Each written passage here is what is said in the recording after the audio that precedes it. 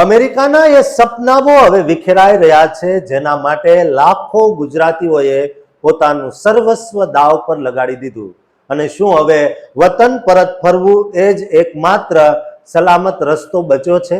કલ્પના કરો એવા હજારો પરિવારોની જેઓ રાત દિવસ ધરપકડના ડર નીચે જીવી રહ્યા છે, પણ અચાનક અમેરિકન સરકાર જ તેમને સામે ચાલીને લાખો રૂપિયા આપીને માનભેર વિદાય કરવાની ઓફર આપે, ત્યારે આ કોઈ વરદાન છે કે પછી કોઈ આફતની પૂર્વ તૈયારી?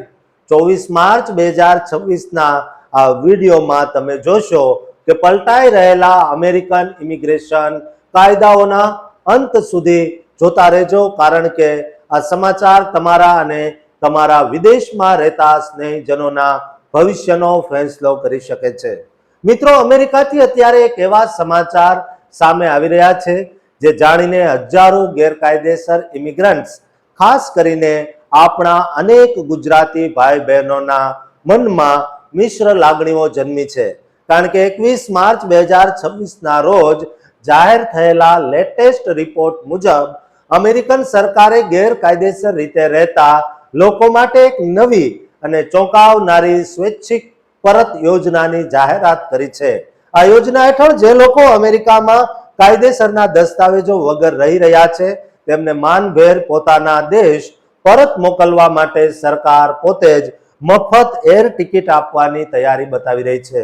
અને એટલું જ નહીં, પણ જે લોકો સામે ચાલીને આ ઓફર સ્વીકારે છે તેમને $2600 એટલે કે અંદાજે 2.5 લાખ રૂપિયા એટલે કે 2.5 લાખનું જંગી એક્ઝિટ બોનસ પણ આપવામાં આવશે, જેથી તેઓ પોતાના વતનમાં જઈને નવું જીવન શરૂ કરી શકે.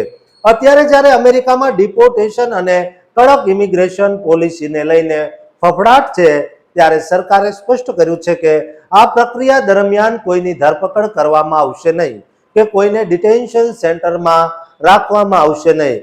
જે લોકો દેશ છોડવા માંગે છે તેમને દંડમાં પણ મોટી માફી આપવામાં આવશે અને તેઓ પોતાના આખા પરિવાર સાથે સુરક્ષિત રીતે મુસાફરી કરી શકશે.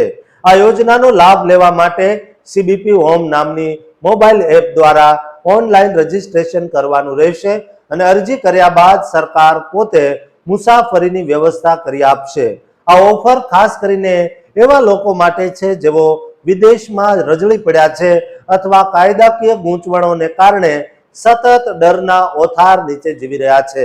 24 માર્ચ 2026ના આજના દિવસે સ્થિતિ એવી છે કે અનેક ગુજરાતી પરિવારો આ ઓફરનો લાભ લેવા માટે વિચારી રહ્યા છે, કારણ કે વહેલી તકે અરજી કરનારને જ આ સુવિધાનો લાભ મળી શકે તેવી શક્યતા છે. જોકે આ યોજનાની કોઈ અંતિમ તારીખ જાહેર કરવામાં આવી નથી, પણ જાણકારોનું કહેવું છે કે ભવિષ્યમાં જો કાયદા વધુ કડક બનશે તો કદાચ આવી સુવિધા અને આટલી મોટી રકમ ફરીથી નહીં મળે. અમેરિકાના ઇતિહાસમાં પહેલીવાર બની રહ્યું છે કે સરકાર સામેથી લાખો રૂપિયા આપીને લોકોને માનભેર ડિપોર્ટ કરી રહી છે, જે સૂચવે છે કે હવે ગેરકાયદેસર વસવાટ કરનારાઓ પ્રત્યે સરકારનું વલણ બદલાયું છે. આ સમાચારને તમારા એવા દરેક મિત્ર કે સંબંધી સાથે શેર કરજો જેઓ અત્યારે અમેરિકામાં છે અને ઇમિગ્રેશનના પ્રશ્નોથી ઘેરાયેલા છે. દોસ્તો, આ ચેનલને સબસ્ક્રાઇબ કરવાનું પણ ચૂકતા નહીં.